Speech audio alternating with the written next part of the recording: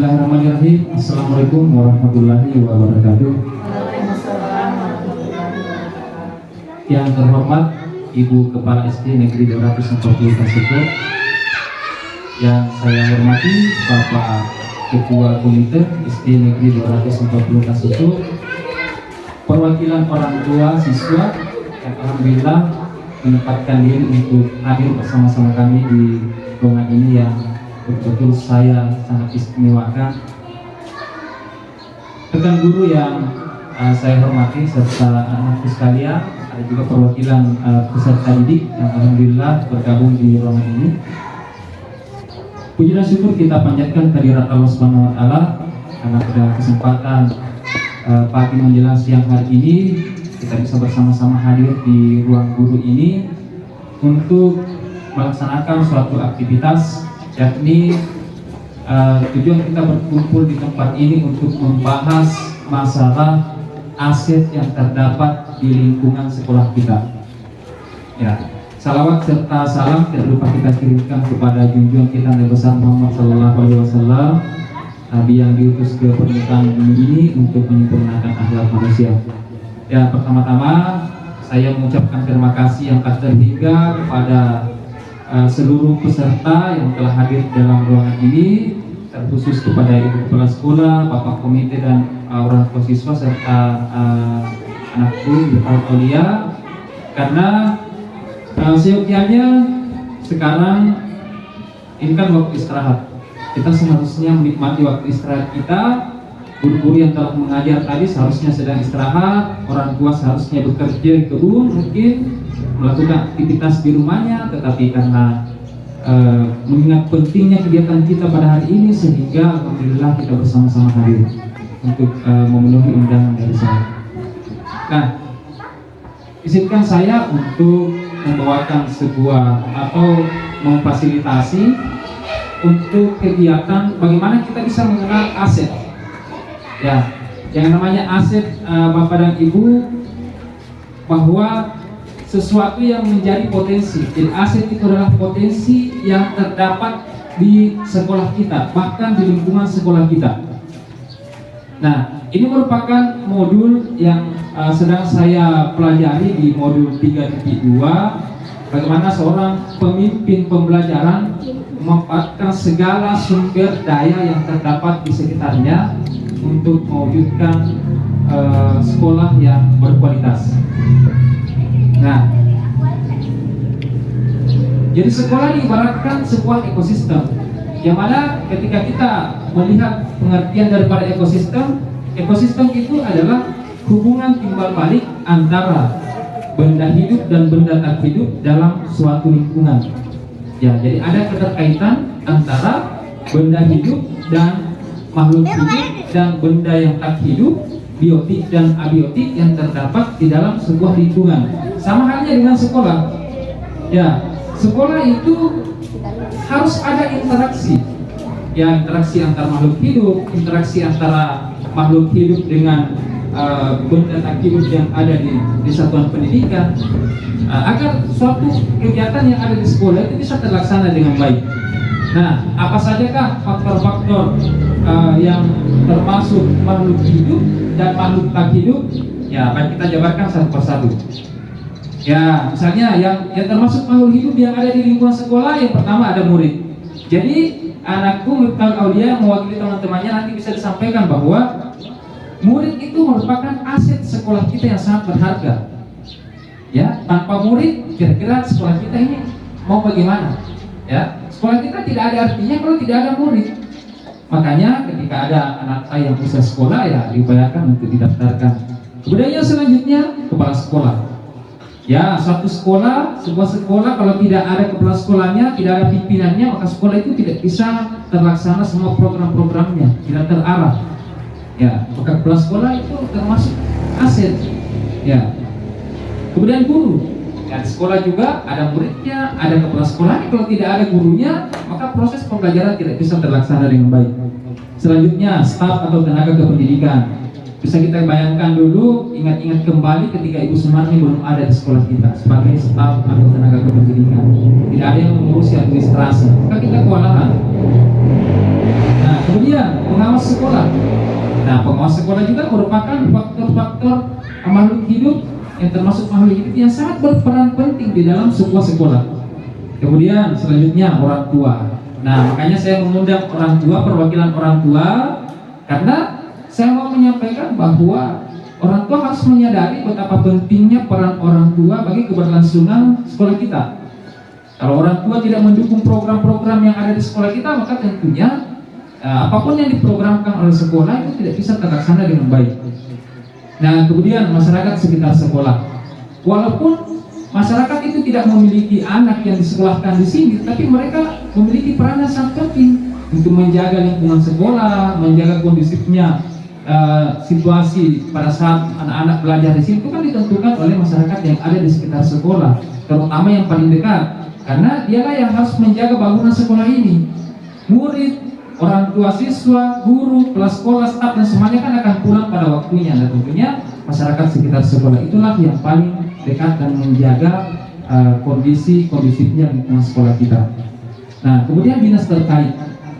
Kalau kita menginginkan sesuatu yang kita butuhkan di sini, kalau tidak ada kerjasama atau dukungan dari dinas terkait memberikan bantuan-bantuan kepada kita, maka tentunya kita tidak bisa melaksanakan proses belajar mengajar dengan baik.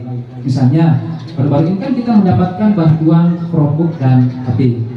Ya, tentunya itu kan sangat berperan penting untuk kita melaksanakan proses pembelajaran berbasis IT.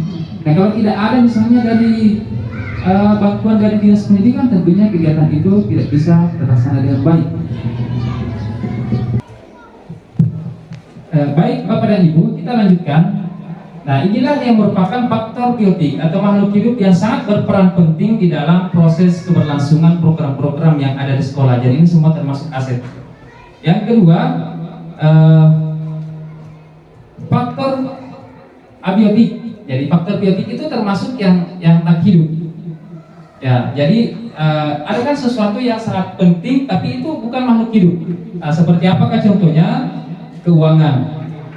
Kalau di sekolah tidak ada keuangan, tentunya bisa kita bayangkan tidak ada program yang bisa terlaksana. Karena bisa kita pastikan bahwa semua kegiatan-kegiatan yang kita lakukan saat ini itu membutuhkan dana.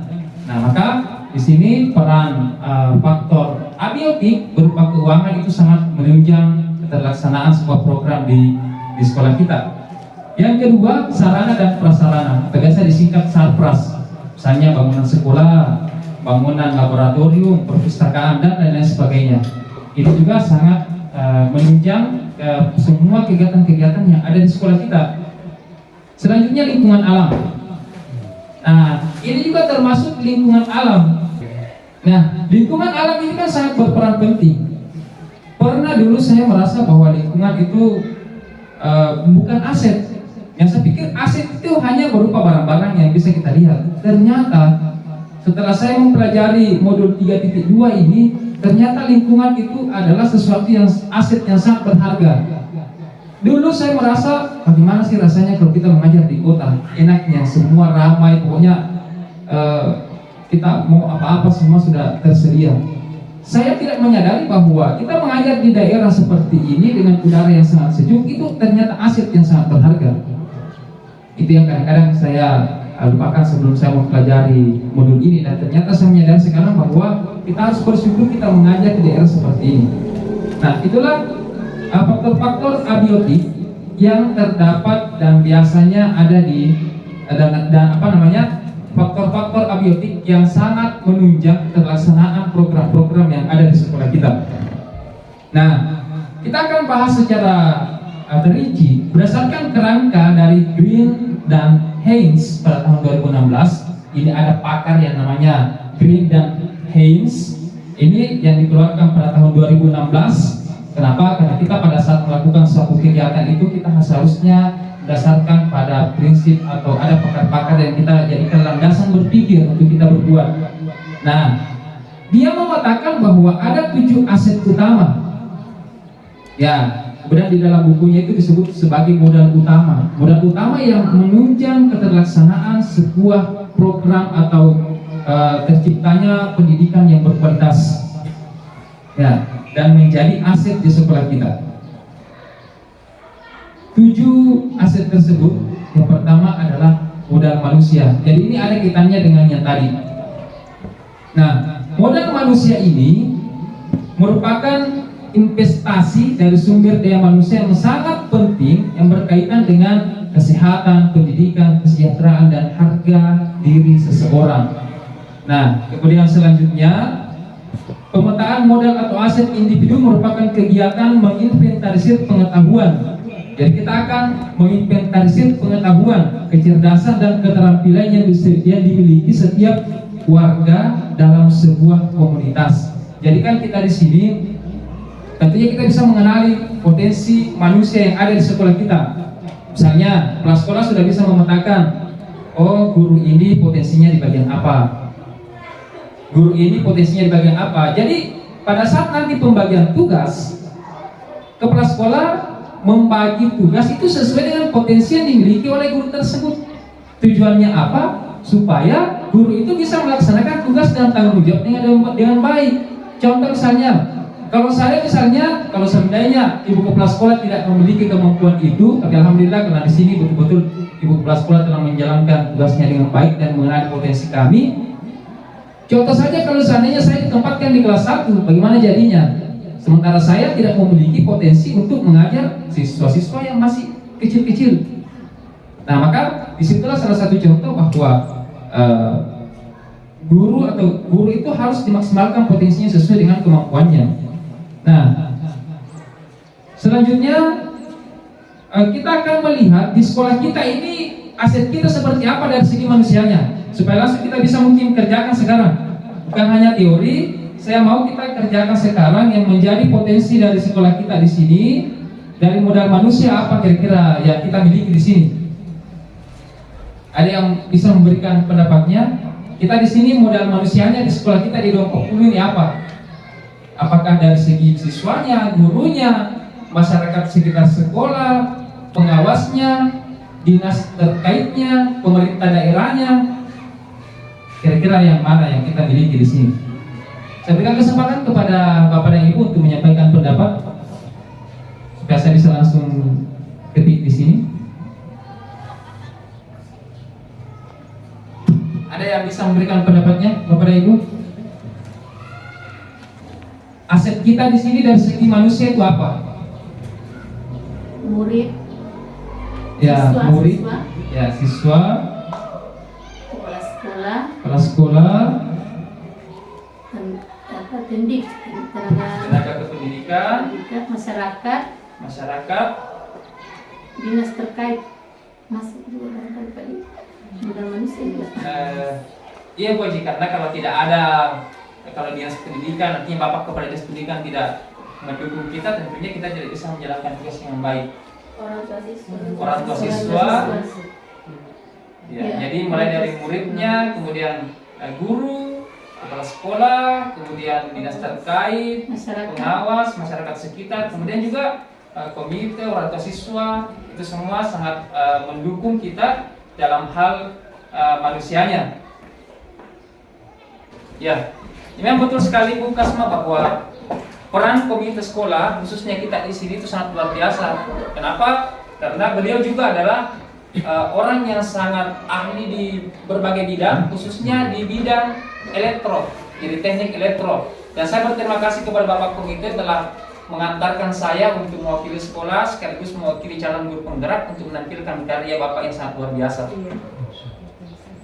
Ya, mudah-mudahan pemerintah setempat dan pemerintah pusat bisa melihat bahwa kita di sini memiliki aset yang sangat luar biasa yang tidak dimiliki oleh sekolah lain. Jarang sekali ada aset yang dimiliki sekolah lain yang seperti kita di sini. Ya, jadi tadi sudah disampaikan dari segi modal manusianya atau aset manusianya. Sekarang yang kedua ada namanya modal sosial. Nah, modal sosial di sini tentunya kalau kita berbicara masalah sosial, tentunya kan ada hubungan antara manusia yang satu dengan manusia yang lain. Kalau di sini ada contoh-contoh yang termasuk dalam modal sosial antara lain adalah asosiasi. Jadi bagaimana kita menjalin kerjasama dengan pihak lain dan sekolah melakukan kerjasama dengan pihak lain atau organisasi lain yang ada di luar sekolah untuk membantu kita terlaksananya di sini program-program yang ada di sekolah. Ada yang bisa memberikan masukan seperti apa contoh kerjasama yang telah kita lakukan di sini? Kerjasama, misalnya contoh kerjasama antara pihak sekolah dengan orang tua siswa yang setiap bulan hadir. Kita di sini kan ada program arisan literasi atau arisan edukasi. Arisan edukasi itu kan merupakan kerjasama sekolah dengan pihak orang tua siswa. Ya, itu salah satu contoh. Apalagi yang lain, Bapak Ibu, kerjasama kita dengan pihak luar. Terima kasih Bu Sutarni. Kerjasama kita dengan pihak kesehatan yang biasanya setiap bulan itu datang mengukur tinggi badan, mengukur berat badan, ya, menimbang, kemudian mengukur tingkat perkembangan fisik peserta didik kita. Kemudian selanjutnya selain kesehatan, apalagi Bu yang biasanya kita lakukan kerjasama dengan pihak-pihak luar? Keagamaan. Dalam hal Isra Mi'raj itu kita mendatangkan orang-orang yang berkompeten di bidang itu untuk membawakan tausiah-tausiah. Apalagi Bapak dan Ibu, selanjutnya kerjasama dengan pihak kepolisian mungkin, ya. Ya, biasanya datang di sini memberikan wejangan-wejangan kepada anak kita, memberikan materi-materi tentang bahaya narkoba, bahaya merokok, bahaya tawuran dan lain sebagainya. Itu merupakan bentuk kerjasama kita. Ada lagi mungkin kerjasama kita dengan pihak SMP, karena di sini kita ada SMP. Kita kerjasama bagaimana dia bisa menampung menerima peserta didik baru kita yang dari SD supaya tidak jauh-jauh lagi menempuh pendidikan. Ada lagi mungkin kerjasama kita dengan pemerintah setempat dalam hal pemanfaatan lapangan olahraga yang ada di samping ini. Itu juga bentuk kerjasama kita dengan pihak-pihak luar. Dan tentunya tanpa kerjasama itu kita tidak bisa melaksanakan tugas kita dengan baik. Ya, bisa dibayangkan kalau misalnya anak-anak kita di sini ada yang mengalami gangguan kesehatan, kan harus kita bawa memeriksa keadaan kondisi tubuhnya, kan harus kita bawa ke puskesmas. Nah ini kan tidak. Mereka mendatangi kita di sini, memberikan obat cacing, ya itu semua, cabut giginya dan lain sebagainya. Itu untuk modal sosial. Jadi kita alhamdulillah di sini telah ada kegiatan-kegiatan seperti itu. Nah, modal politik di sekolah juga Pak ada modal politik. Kalau kita berbicara masalah politik, tentunya ini yang tergambar di benak kita apa kira-kira Bapak dan Ibu? Kalau kita berbicara politik, biasanya itu yang kita pikirkan adalah partai politik, kemudian demokrasi. Itu yang selalu ada di bayangan kita. Tapi ternyata ada modal politik yang ada di sekolah. Contohnya kebijakan-kebijakan yang diambil oleh kepala sekolah, yang ini di bagian poin yang di bawah, ada kebijakan yang diambil oleh kepala sekolah dengan kewenangan yang dimilikinya, kemudian menggunakan kewenangannya untuk membuat kebijakan-kebijakan yang mengakomodir kepentingan warga sekolah dan peningkatan kualitas pembelajaran yang berpihak pada murid. Itu sudah dianggap bahwa modal politik yang ada di sekolah. Berpolitik juga ceritanya kepala sekolah Pak. Nah politik itu ini beruang. Angkuat arian dengan kebijakan. Jadi kalau mengeluarkan kebijakan-kebijakan sesuai dengan kewenangannya. Jadi itu sudah dianggap politik kalau ada di sekolah. Nah, apa kira-kira di sini kebijakan-kebijakan yang telah diambil oleh ibu kepala sekolah yang mengarah kepada modal politik? Nah, kira-kira apa Ibu yang Ibu Haji telah ambil yang termasuk modal politik di sekolah kita? Kewenangan yang Ibu Haji ambil, kebijakan-kebijakan yang Ibu Haji ambil yang merupakan itu kewenangannya Ibu Haji yang diterapkan di sekolah kita di sini. Termasuk barangkali Pak Jumat ibadah. Jumat ibadah, ya betul sekali Bu Haji. Saya kira banyak Pak di sini, termasuk apa namanya? Piket mungkin Bu Haji. Ya, piket. Kemudian pengaturan, saya mungkin bantu Ibu Haji ingatkan kembali karena ini kan Bu Haji telah membuat kebijakan-kebijakan itu. Misalnya Ibu Haji membuat semacam daftar guru yang sebagai petugas pembina upacara. Pembina upacara itu kan juga merupakan kewenangan Ibu Haji untuk mengatur itu, dan alhamdulillah itu sudah terlaksana di sekolah kita. Nah, terutama itu piket, apalagi pada masa pandemi. Nah, itu kan tidak ada siswa di sekolah, tetapi guru tetap harus ada di sekolah. Nah, itu tentunya kewenangan seperti itulah yang dibuat oleh kepala sekolah yang termasuk modal politik, Koji. Jadi kalau ada kewenangan yang diambil kepala sekolah termasuk dalam modal politik. Rizky, geser-geser tidak? Saya ambil juga bekasmu. Nanti tidak ada videonya bekas dari dalam kalau tidak digeser-geser ke arah bekas. Nah, ini selanjutnya adalah modal agama dan budaya. Nah, agama ini sangat penting, merupakan fondasi utama di dalam sebuah instansi. Menurut Bapak dan Ibu, modal agama di sini yang kita miliki di sekolah kita, di lingkungan sekolah kita, apa kira-kira yang kita miliki di sini?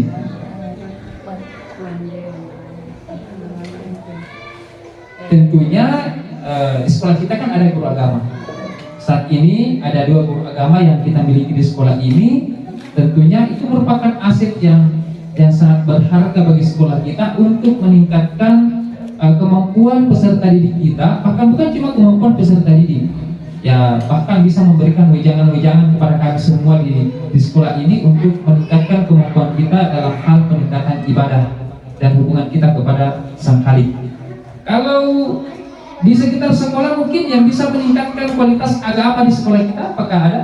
Yang termasuk itu kotak penuntun bacaan surat-surat pendek ya di kelas. Oh iya Pak, tepuk tangan dulu buat Bapak komite kita. Terima kasih Pak telah mengingatkan. Bapak komite kita itu telah membuat kotak surat-surat pendek yang ada di kelas itu, nak? Di kelas apa? Iqtal Aulia ada. Kelas 5 dan kelas kelas A4, 5, 6 itu beda modelnya dengan kelas 1, 2, 3. Kenapa beda? Supaya ada variasi dan juga tingkat hafalannya kan juga berbeda. Itu merupakan salah satu inovasi yang dibuat oleh Bapak komite sekolah kita dan itu sangat luar biasa.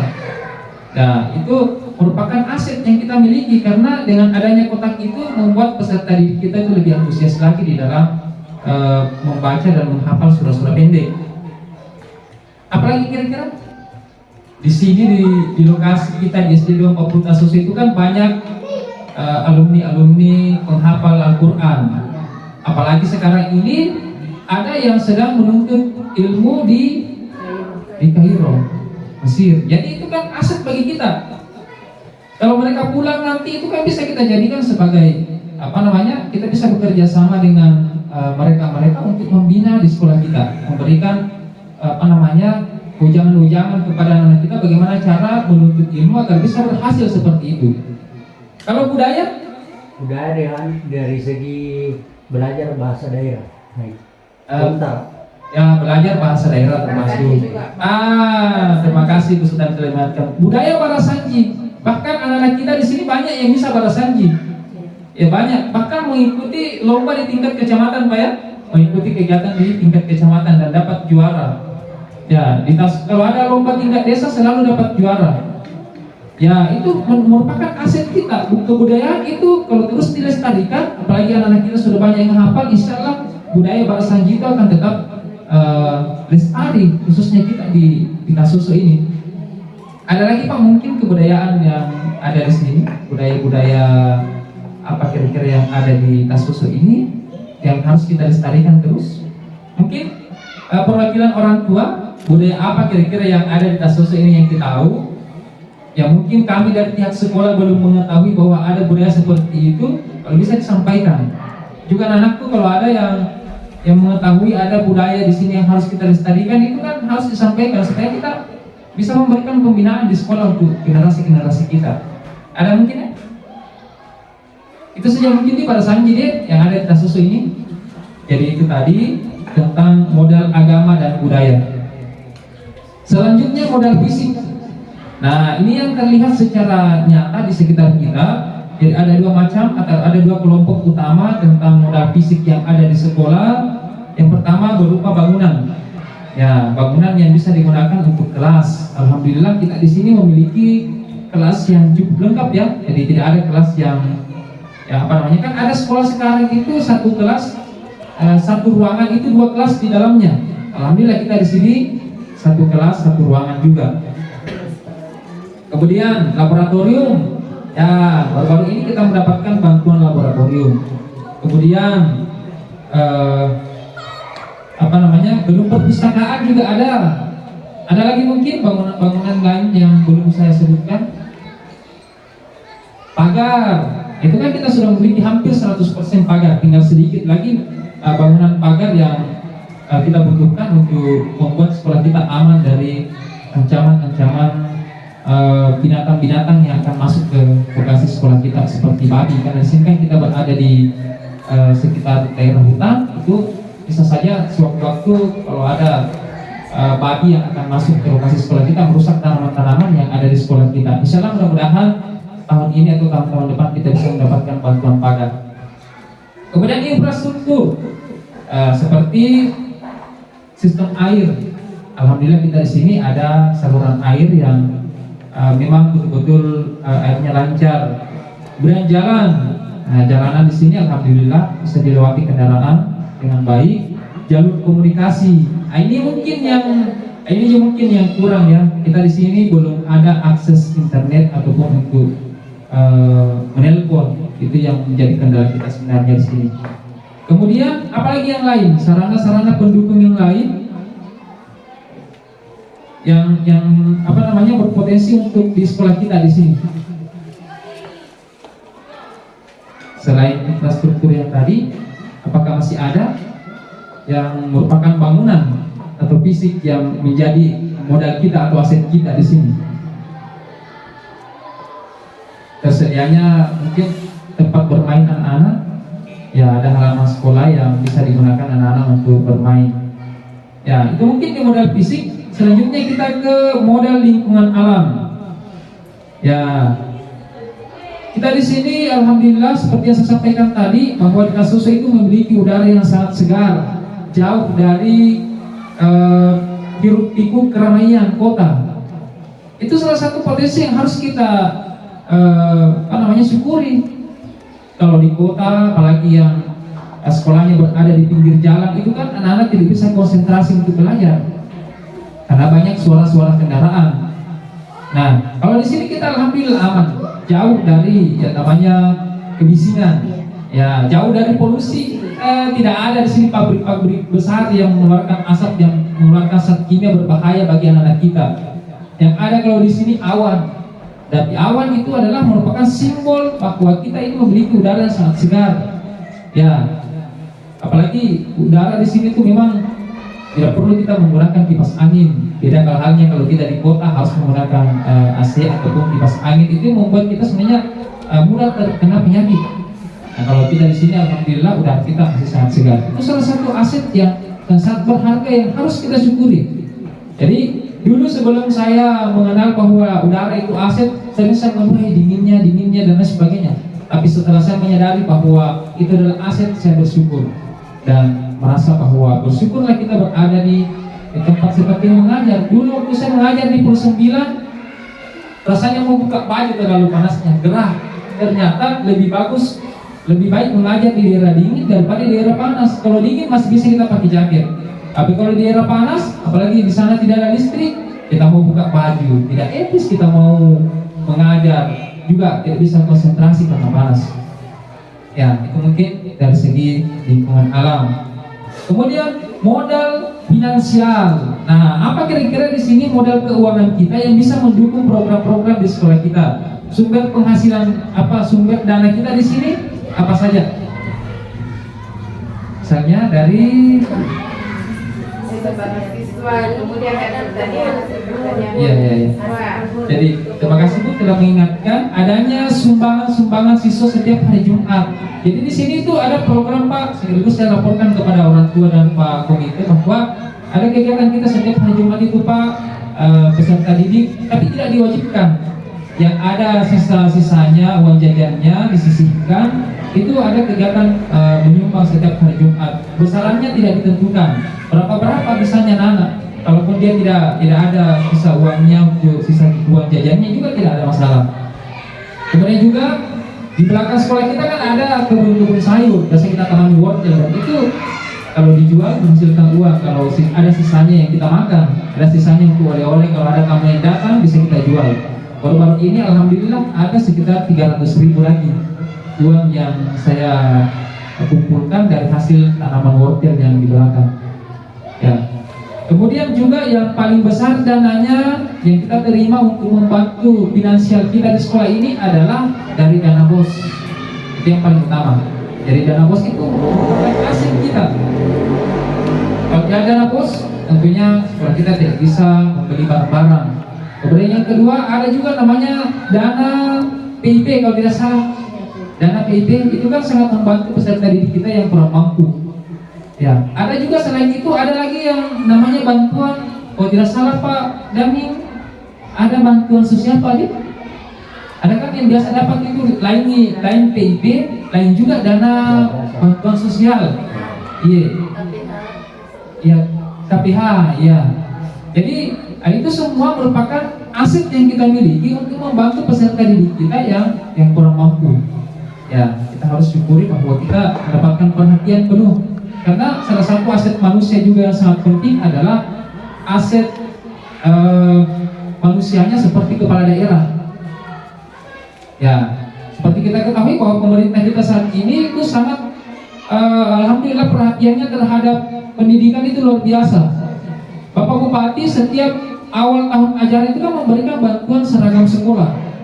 Itu kan aset yang sangat luar biasa bagi kita.